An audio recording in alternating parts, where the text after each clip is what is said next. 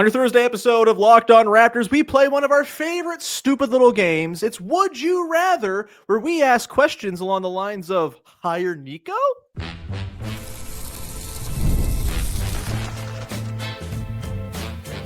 You are Locked On Raptors, your daily Toronto Raptors podcast, part of the Locked On Podcast Network, your team every day.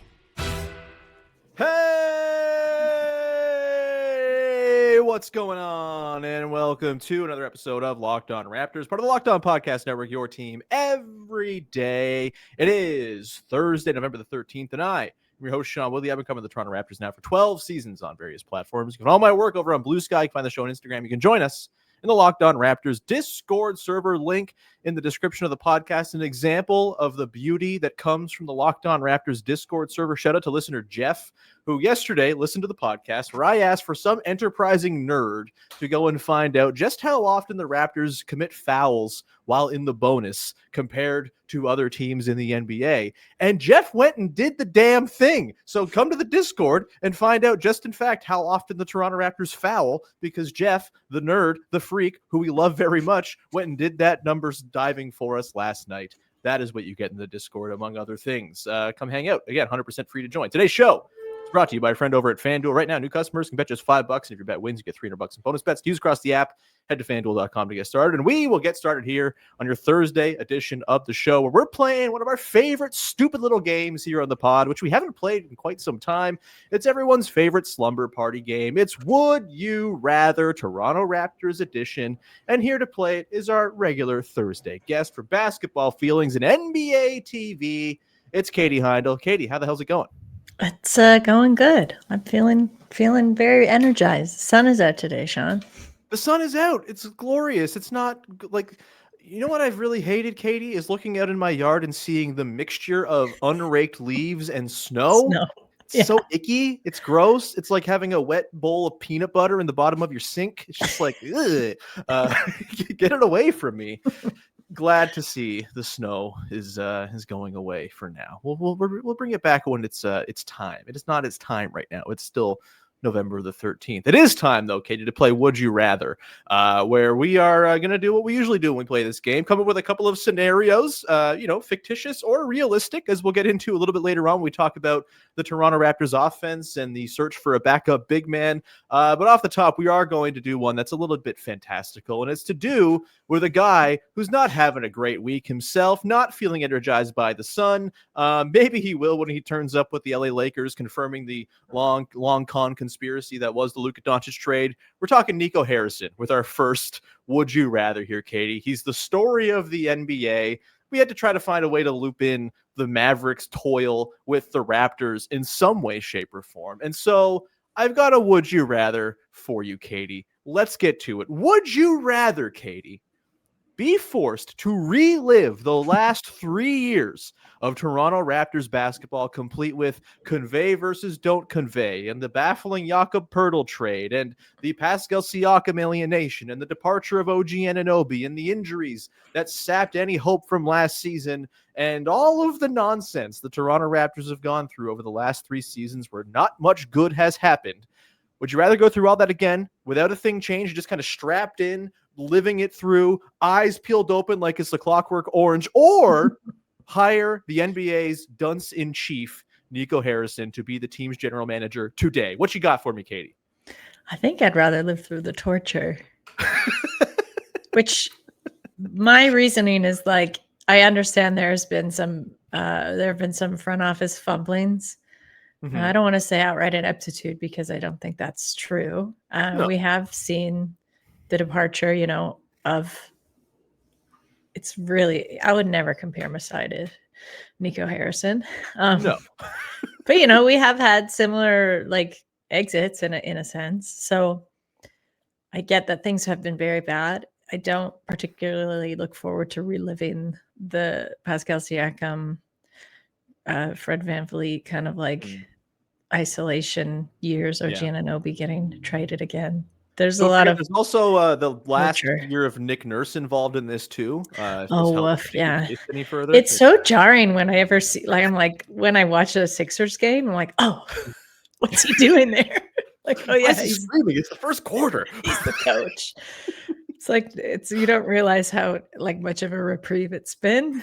But still, I would rather steel myself through that than look down the long road that the Mavericks are currently looking down of like real hopelessness, almost like a scene out of a Greek myth in terms of the purgatory they're facing. Yeah. There's like I don't know where the daylight is for that team right now. So yeah, I don't want Cooper Flag. That's nice. They have not a whole lot else going for them. They don't have any other picks. It doesn't seem like it's enough. It still doesn't seem like it's enough. And it's one of those deceptive, I don't know, tragedy feels too. This is like something of their own making. You know, your owners are most owners are terrible, but your owners are particularly terrible. Yeah, pumpkin pie haircutted freaks, in the scheme of the world. But you look at that roster, injuries aside, too, they should not be that bad. So it's one of those kind of pull your hair out, like what's happening here. Yeah.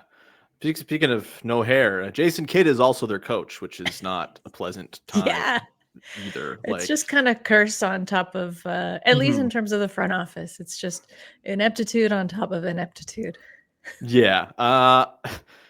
Look, I think it is a very compelling either or, Katie. The last 3 years of watching this team and particularly talking about it every day have not been fun. For those who are not listening or not watching on YouTube, your little name bar says winning record feels great. I cannot tell you, Katie, how much of a thrill it has been to watch a 6-5 competent normal basketball team play competent normal basketball this year. It's been a real reprieve from the last 3 seasons of just like, oh, more of this, huh? Oh, how can I toxically optimist my way to, feeling sane by the end of the week? I don't want to go back and relive those 3 years. It would be miserable. The back part of that Nick Nurse season before he walked away or they let him go or whatever, when he was like openly like, yeah, I don't know if I'm going to be here much longer. All of that. I think it's a tempting one to just say, hey, go with the devil you don't know and say, Nico Harrison, do what you got with this roster. Maybe you've learned. Maybe you've learned to not trade away good players for nothing. Maybe you've learned that you aren't the greatest sort of brain genius the NBA's ever seen. I doubt it. And so because I doubt it, I'm going to go with reliving the last 3 years of Raptors basketball, knowing that at the end of the 3-year window, we'll be back in this beautiful, blissful place where they're 6-5 and not the Dallas Mavericks and not having traded away a generational player, which not to say the Raptors have a generational player, but you'd assume that, you get Nico Harrison, the karma of getting him, he wins the first overall pick in the draft just because, this good things happen to bad people. And then eventually he trades whoever the Raptors take with the first pick that you get with him. So I don't want to go that route. I would just rather go through the hell of watching Orlando Robinson play basketball for the Raptors a little bit more. Katie, it's really been bad. Let's expand upon how nice it's been to watch a normal team so far. Like, they play the Cavaliers tonight, Katie, in a game that's like kind of a fun measuring stick. If they win, great. If they don't, whatever. It's no big deal. But like, it's really exciting to be like excited about watching the Raptors games again. It's been a feeling I have yearned for years. Yeah, but we're sickos enough that we were still excited watching it. Maybe not in the slump of middle part of last season, but I think we talked ourselves into the 9-31 team early and like late last season, and you could see flourishes of this. So perhaps you don't get this feeling without sitting through the slog, right? Because so much of this feels like it feels like a reward, not for me personally, a little bit, but for the team for kind of sticking it out and for a lot of things clicking. You know what I mean? And for the developmental arcs all lining up what seems like now at great times. So yeah, I don't think you get this without a lot of that frustration probably on the part of the team.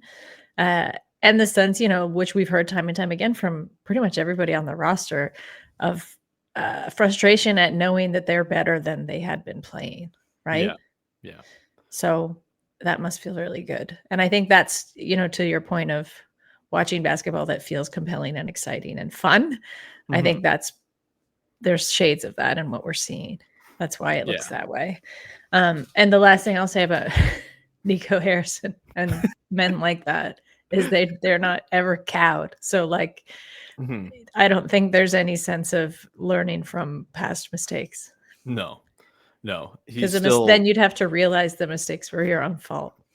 Yeah, he's stewing right now in whatever penthouse he lives in, and it's like the vision. They just don't have the vision. I had the vision. Yeah, don't need that vision here. Thank you very much. I'll gladly go and talk myself into Javon Freeman Liberty again. We'll come back on the other side here, Katie, and we will get into some, actual like on-court Raptors basketball related would you rathers. Speaking of things that are clicking, the Raptors offense is clicking right now. Would we like to see the hierarchy shift at all? We will get to that coming up in just 1 second. Today's show is brought to you by Wayfair. And look, the holiday season is fast approaching, and that means it's time to get your home ready. Whether you need more seating for guests, cozy new linens, or fun serveware for holiday hosting, Wayfair's Black Friday sale is here to help make your space shine. And the best part, you don't have to wait. Wayfair's Black Friday sale deals are happening all month long, up to 70% off sofas to spatulas. Yes, that's the wide range of things you can get with the 70% off deals for Black Friday at Wayfair. Look, we all need to spruce up our home time to time. We're looking right now at kind of shifting our furniture because we've learned we have too much of it to have a little baby running around and doing fun stuff and walking and crawling and stuff. And so we're trying to downsize our ottomans and our coffee table, and Wayfair is a great place for us to go and peruse to find exactly the right fit for our space and our needs for a price that we're happy to pay, while we also have to buy diapers every single week. Don't miss out on early Black Friday deals. Head to wayfair.com now to shop Wayfair's Black Friday sale for up to 70% off. That's WAYFAIR.com. Sale ends December the 7th. Go check it out. Back at it here with Katie Heindel as we continue to play Would You Rather. We're getting serious now, Katie. We were all silly in that first segment. Pie in the sky scenarios that are never, ever going to have to be considered in real life. We're going to get to what's actually happening on the court for the Toronto Raptors now and talk about the way the offense is structured. It's been a good offense so far this year. Top 10 in the league. Even better as a half-court offense. They've been like the 7th best half-court offense in basketball to start the season. I haven't checked since last night's games, but they're in that ballpark. It's they're good. They're scoring buckets. It's been really, again, refreshing is a word I've been throwing around a lot with this team after just the slog of 3, 4, 5 years of can we score any points, please? It's been really nice to see them just kind of easily walk into buckets in a way they have not been able to in the years before getting Brandon Ingram. And so I want to throw this one at you, Katie. We've seen a very balanced offense for the Raptors. Emmanuel Quickly's kind of found his form, and you're seeing any night it can be Quickly, it can be Barrett, it could be Barnes, it could be Ingram, who's averaging 20 plus a game, who's leading the team in scoring. And the egalitarianism seems to be a real strength of the team. But I want to ask you here, Katie. Brandon Ingram is clearly the best offensive player this team has. He's the most creative player this team has when the ball is in his hands. Maybe not like the best passer per se, but the guy who draws the most attention and fear from opposing defenses when he comes meandering into the paint. And so I want to ask you, would you rather see Brandon Ingram kind of become the lead option clearly in this offense and average 25 points a game, while each of Barnes, Barrett, and Quickly average, let's say, 18 or less? Or would you rather see all 4 guys average like 18 plus a game and keep the sharing is caring motif going? Yeah, I can never answer questions like this in the vacuum I think they're intended to have, because right away my brain goes to thinking about things like how long the season is, injuries, all of this kind of stuff, like just minutes per game, conditioning, etc. So for that reason, I would keep it split between everybody. It would be really sick to see Brandon Ingram go off for that amount of points every night, but I would also argue that my choice doesn't prohibit him from doing that. Sure. It could be a happy anomaly. But yeah, I think just as we've seen, this isn't just a Raptors problem. This is a reality around the league with the pace of games going up, the amount of games, of course, that are played throughout a season, the length of an off season if a team hopes to get there and how that shortens, the length of a postseason and how that would shorten the off season. Injuries are a unfortunate reality, as is just wear and tear. So I think in keeping things fairly egalitarian, I'm just a fan of that. You have more options to go to, right? More people to kind of swap in if somebody needs a rest night or is having, even if someone's just having an off night. So that is where my sensibilities, I suppose maybe my cautionary sensibilities, but my sensibilities lie. Yeah, I think, when I wrote this question, I'll be honest, Katie, my heart wasn't totally in it because I felt pretty strongly towards one answer over the other. And I do think the balance is kind of the strength of this team right now. It's sort of where their power comes from. I think if you had more of a sort of Ingram-centric offense, which like there will be times where that happens. And I think especially once you get to like playoff games with real stakes, you probably will see things flow through Ingram a little bit more just because he's the best guy at creating advantages and getting it into your stuff.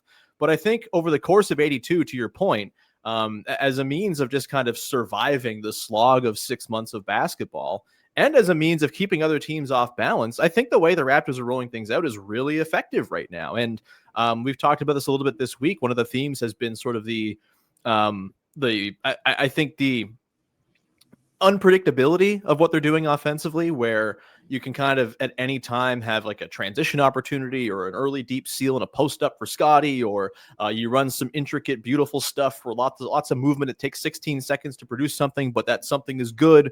Or you just kind of throw it to Ingram and he goes and cooks, or quickly has a quick early shot or whatever. Like I think there's very little in the way of possession by possession predictability to what this team is doing. And I think that is to its advantage. And I think over the course of a season, like it's just hard to prepare for a team where you don't quite know what you're going to get on a given night, in a given possession, in a given quarter, and they can kind of shift it by the matchup as well. So yeah, I think this balanced approach is great. Yeah, playoffs, you might see a bit more stratification between the higher scorers and the sort of next tier guys, with Ingram probably taking the lead. But for now, it's a perfect regular season strategy, I think, to kind of get through and have everyone feel like they're contributing and involved. Emmanuel quickly, obviously, it didn't look like he was going to be in the conversation to average north of 18 points a game early on in the season, where he was missing everything and just kind of looked clunky. Last 3 games has been significantly better for him. He's really found his form. The threes are falling at a pretty ridiculous clip right now, as we expected they would eventually. That dam was always going to break. What have you made of Quickly's sort of resurgence here the last 3 games? What have you liked about what he's done? And do you think that he is kind of putting himself squarely in that conversation with Barnes, Barrett, and Ingram as the guy who can lead the team in scoring on any given night? Or is he still maybe in that sort of next tier down from those lead 3? I think he's catching up. And this feels par for the course in the sense of what we've been talking about in terms of the egalitarianism across the roster. I never thought, even when he was struggling in this kind of early season slump that we saw him, it didn't feel lasting because he didn't necessarily look like himself, I found. He's certainly not the most decisive or maybe like emphatic guy on the floor. That's just part of his game. So I didn't think he needed to step up in that sense, like he's not the kind of person who's going to be ripping the ball out of somebody else's hands. Right. But I think he has a good knack for reading the floor and reading what his teammates are doing. And that was something that felt a little bit out of step. Especially when, you and I talked about this, when Jamal Shead looked like the more competent guard between the two. And I would say the contrast with Shead is the guy who's going to rip the ball out of someone else's hand. So it's just like, it's 2 completely different styles. Right.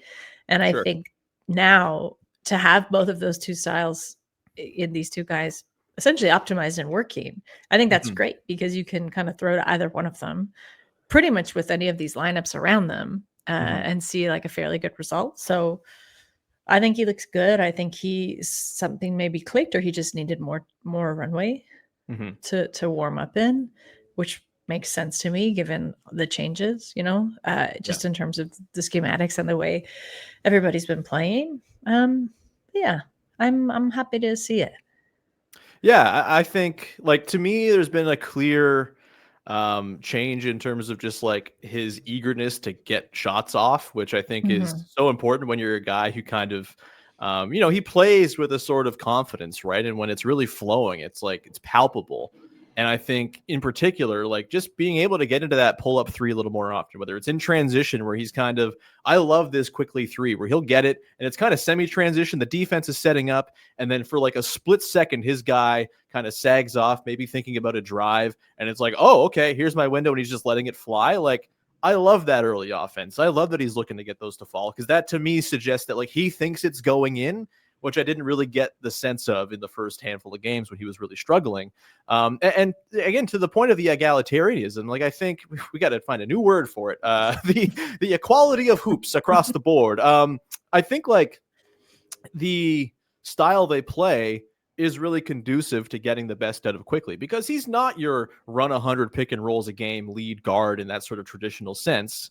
But I do think he has that in his repertoire. And if you can kind of sprinkle in the on and off ball stuff as sort of like this nice marriage of the two things he does well, like you're going to get games where he just pops off and he's going to do it in different ways, right? He's not always going to do it as just like burning you with pull up threes every single time and pick and roll. He's not going to do it by, you know, sort of getting to the floater every single time. He's going to do it as sort of a jitterbug off ball guy. He's going to have moments where he's just kind of filling it up in different spots on the floor. And I think that's the best use of Quickly, who again is not your traditional lead guard type who you're going to just sort of run your whole offense through all the time. But the way they're set up, they don't need that from him. And it's the same reason why Scotty Barnes, I think, looks more comfortable. They don't have to do everything through him anymore. It's just you got a lot of dudes who can do some stuff. And that is a pretty nice place to be. Come back to the other side here, Katie, get into our final Would You Rather, which has to do with the backup big man spot. Michael Grange mentioned Daniel Gafford as a guy the Raptors have had their eye on over the years, and his piece taking down the end of the Nico era with the Dallas Mavericks. So we're putting a bow on it. Nico, both ways, I guess. Or I guess it's the post-Nico era we're talking about with the Mavericks next. Getting into the backup big man conundrum, is it even something the Raptors should go and actually spend assets to go and improve? We'll do that coming up in just one sec.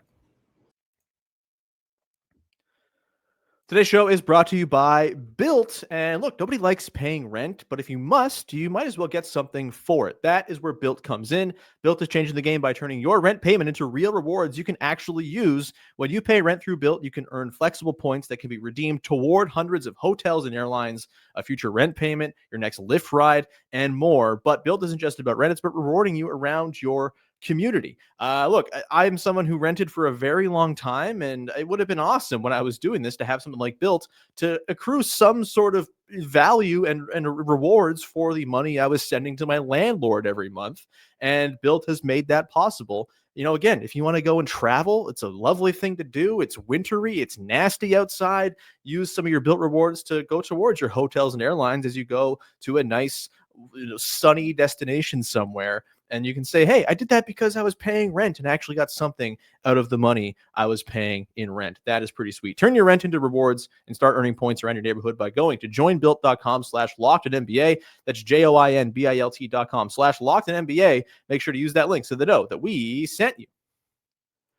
Today's show is also brought to you by FanDuel. The NBA is back, and there's no better place to get in on the action than FanDuel, the official sports betting partner of the NBA. Even if you miss the start of the game or want to ride the hot hand, FanDuel has live bets on everything from who will score the next to the fourth quarter comeback that's about to happen. Plus, you can even combine your live bets into a same-game parlay for a shot at a bigger payout. And yeah, the NBA, you got nightly action. You can go throw some money down on, overs, unders on points, rebounds, blocks for your favorite players. You can also go and do futures bets in other sports. Maybe you're a baseball fan and you're looking at next year, already excited after the Blue Jays run, and you want to throw some money on the Jays to win the World Series. You can go do that right now.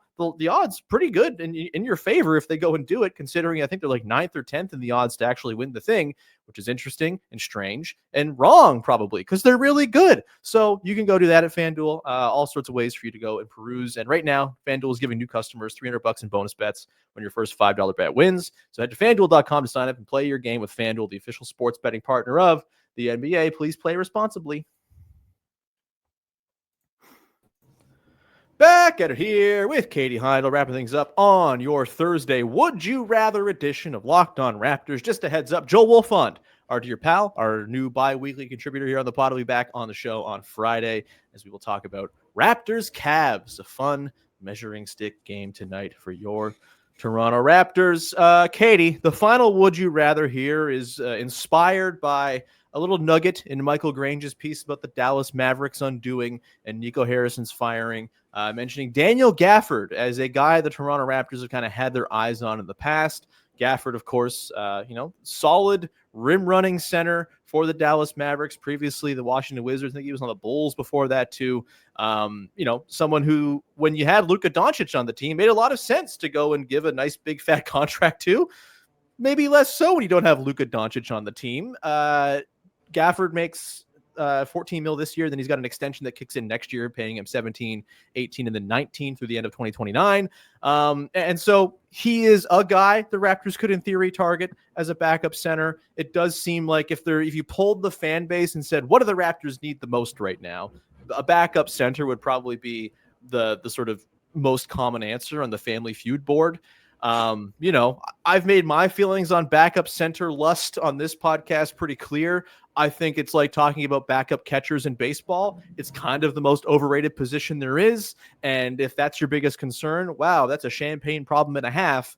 And so it doesn't have to necessarily be Daniel Gafford we talk about here, Katie, but he's the guy who's inspired it. My would you rather for you, Katie, is would you rather the Raptors use one of their future first round picks to go and find an extra big man for the rotation, or sign a big man of, let's say, Orlando Robinson level ability in exchange for no draft picks at all to fill in that backup big man spot? What you got for me? I'm not giving up picks at this point, especially when you take a look around the league, and I think you look at the pathways to viable sort of long-term competition. Is going to have to be through building through the draft and smart little tinkering upgrades here and there. I, like you, have also heard a lot of the disdain for the center position and not necessarily having a viable backup in Toronto. I don't feel it's that worrisome. Maybe this isn't worrisome yet, so maybe both you and I will be kind of eating our words in the latter half of the season.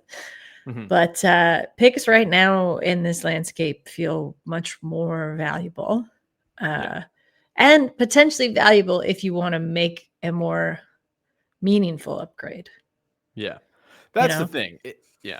Like, if you're going to use picks, don't use it on a backup center who might play 20 minutes a night at most within this team. Like, that doesn't seem useful. Maybe it won't take a first round pick to get Daniel Gafford. That is a long contract. Maybe it's a couple seconds or whatever. It's also worth noting there's like no way for the money to work between the Raptors and Mavericks unless it's like RJ Barrett going out for Gafford, which I don't think is happening because RJ Barrett is better than Daniel Gafford and playing very well.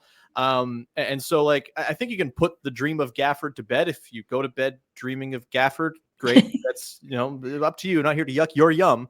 But I just don't think it makes a lot of sense, especially considering he's signed till 2029, and you'd be essentially paying $45 to $50 million a year to a Pirtle Gafford, big man duo, both of whom have similar problems in that they aren't spacing bigs and they don't provide that sort of differentiation of skill sets you'd like to see between your bigs. And by the way, the Raptors have a good backup big right now in Mamu, who's playing out of his mind. And no, he's not 7 feet tall. No, he's not a great rim protector. But if he was both an offensive spark plug and a rim protector, he would not be available to the Raptors at the minimum. And he would not be a backup center. He would be starting somewhere. And this is kind of my thing with backup centers, Katie, is like they're mostly bad. Like there's not that many who give you two-way value. I've said it before, but like Tony Bradley and Thomas Bryant both played in the NBA Finals last year. The bar for backup center play is not that high. And with the Raptors, like I would just like to see Scotty Barnes and Colin Murray-Boyles play the backup minutes behind Jakob Poeltl. And look, I think the concern comes in with Poeltl and his back stuff and the idea of, if he misses a lot of time, the Raptors are screwed, as has been the case in recent years. I think they're better set up to survive that with the Mamu, CMB, and Barnes trio than they have been in years past. Even if it's not traditional big man play, they have enough to get by.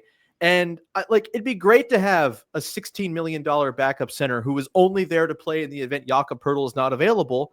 But we don't live in a cap world where $16 million luxuries that help you sleep at night are a viable thing. And so I just don't see the need to go and really invest a lot into the sort of insurance policy for Jakob Poeltl.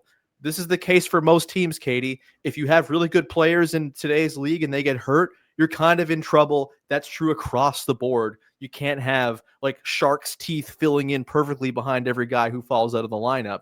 I don't know if you have any more thoughts on this one. Not really. Yeah.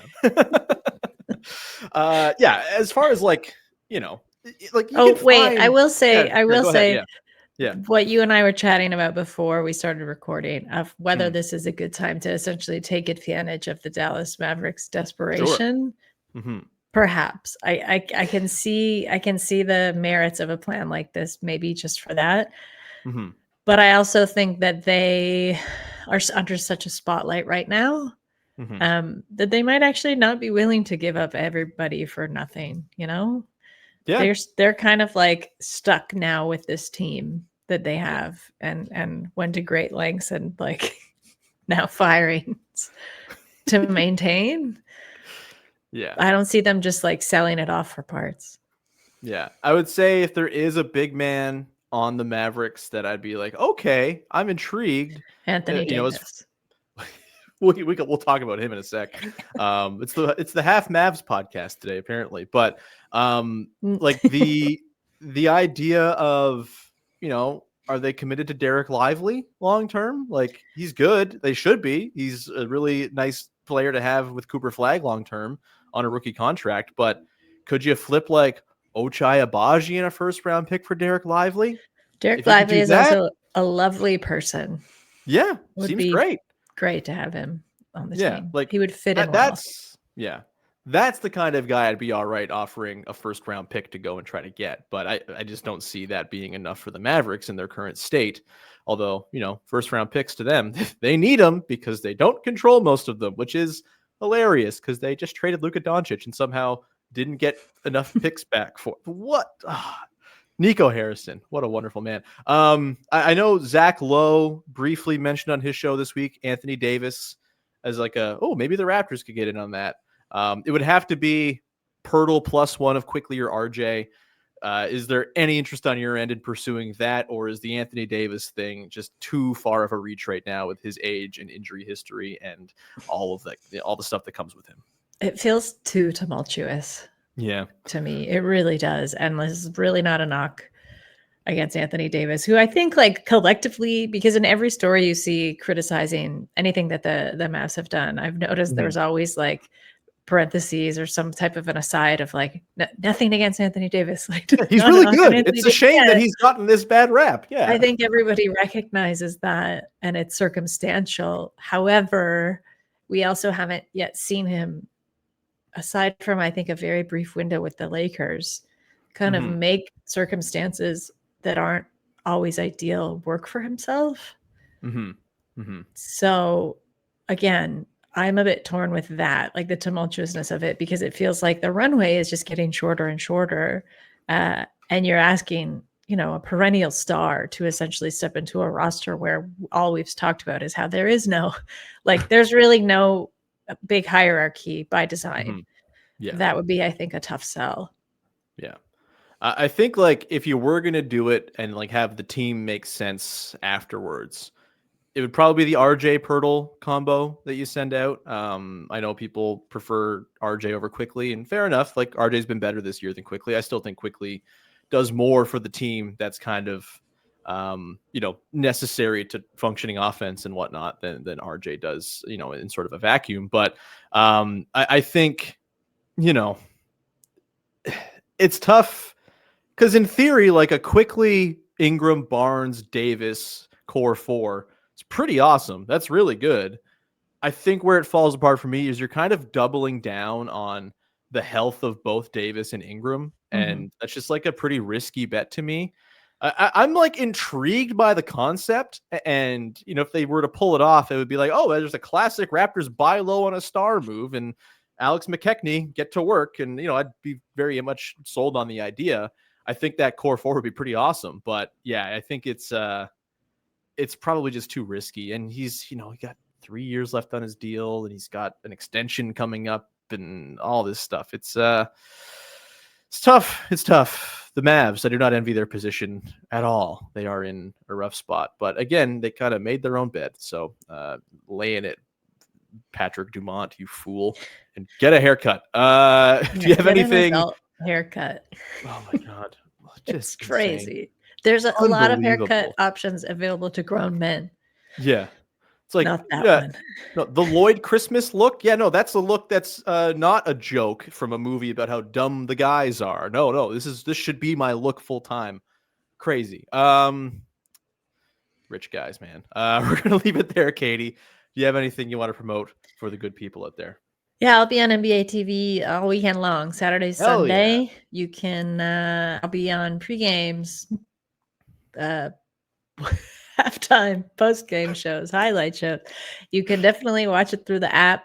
I've learned by accident the other day it's also on my TV. So if you have a smart TV, it might just be there for some reason. Is it on NBA TV Canada as well? If I tune in, I might just have to go and definitely through the app, and then it's here and there. It seems like with the NBA's current broadcasting schedule, a little bit confusing, but you might see me pop up. And our buddy Oren Westfeld guested on Basketball Feelings this week. He wrote a guest essay about his book that recently just came out, The Golden Generation. In terms of why he wanted to write that book and some of the sort of behind the process takeaways. We had Oren on the show last Friday to talk about the book. So if you want to check that out, there's lots of Oren in the podcast hopper for you to go. Yeah, he's in the promo. He's in the promo cycle. So he's help him out. Doing the car wash, as it were. Yes. We're going to leave it there. Thank you so much. You can find this show wherever you get your pods. Follow, subscribe, rate, review, tell a friend. Always appreciate when you do that. You can go to the Discord, link in the description of the podcast, to hang out with nerds who do deep dives on numbers. By the way, I'm going to put this out. I've been thinking about doing this before. I'm going to ask, now that we know there are nerds in the Discord who will take the time to do this. I want to know, for those who don't watch the show, at the end of every episode, I take a little behind the back shot on the rim I have behind me. Been doing it for like a couple of years now since I moved into this office. And I need to know what's my shooting percentage on these? I'm not going to go do it, and I don't have synergy cameras in the office to pull those numbers for me. But if there's an enterprising listener out there who wants to go through every end of show shot and tally up my shooting percentage, one, I would love you forever. And two, it's a good way to make fun of me because it's probably like 8% or worse. So yeah, there's your new listener challenge in the Discord. Come hang out. We'd love to see you. And yeah, support the show however you choose to. It's much appreciated. We'll talk to you again on Friday, talking Raptors Cavs with Wolf on. Thanks for hanging. Bye-bye. 7.5% now.